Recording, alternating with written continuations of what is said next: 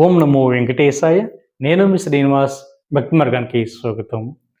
September 24వ తారీఖు నుండి October 2వ తారీఖు వరకు కూడా తిరుమల కొండపైన సాలకట్ల బ్రహ్మోత్సవాలు జరుగుతున్నాయి కాబట్టి ఈ టైంలో స్వామివారిక కొన్ని రకాల దర్శనాలు అయితే టీటీడీ దేవస్థానం వారు క్యాన్సిల్ చేయడం జరిగిందండి.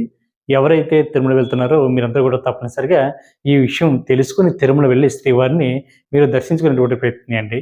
విఐపి లెటర్ల ద్వారా ఎవరైతే తిరుమల వెళ్తున్నారో మనకి ఈ టైంలో విఐపి బ్రేక్ దర్శనం అయితే పూర్తిగా క్యాన్సిల్ చేయడం జరిగిందండి. మనకి సెప్టెంబర్ 24వ తారీఖు నుండి అక్టోబర్ 2వ తారీఖు వరకు కూడా విఐపి బ్రేక్ దర్శనాలు టీటీడీ దేవస్థానం వారు క్యాన్సిల్ చేయడం జరిగింది. అంటే MLA, MP, MLC, TTD board members, అదేవిధంగా ప్రోటోకాల్ ఉన్న వ్యక్తులు ఇచ్చేటువంటి విఐపి లెటర్ల ద్వారా తిరుమల వెళ్ళి శ్రీవారిని దర్శించుకోవాలనుకున్నటువంటి శ్రీవారి భక్తుల విషయాన్ని గుర్తుపెట్టుకోండి. అదేవిధంగా 1 ఇయర్ లోపున్న సంటి పిల్లల తల్లిదండ్రులు కూడా శుభం ద్వారా స్వామివారికి ఉచిత స్పెషల్ దర్శనం అయితే ఇవ్వడం జరుగుతుందండి. అది కూడా ఈ బ్రహ్మోత్సవాల టైంలో మనకి క్యాన్సిల్ చేయడం జరిగింది.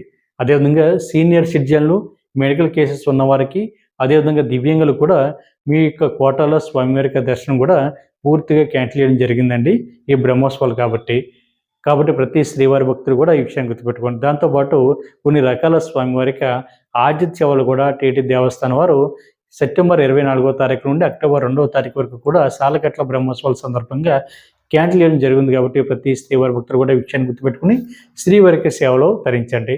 అదేవిధంగా తిరుమల కొండపైన శ్రీవారికి సంవత్సరం బట్టి 10,500 రూపాయల దర్శన టికెట్లు అయితే ఆఫ్లైన్లో ఇవ్వడం జరుగుతుందండి.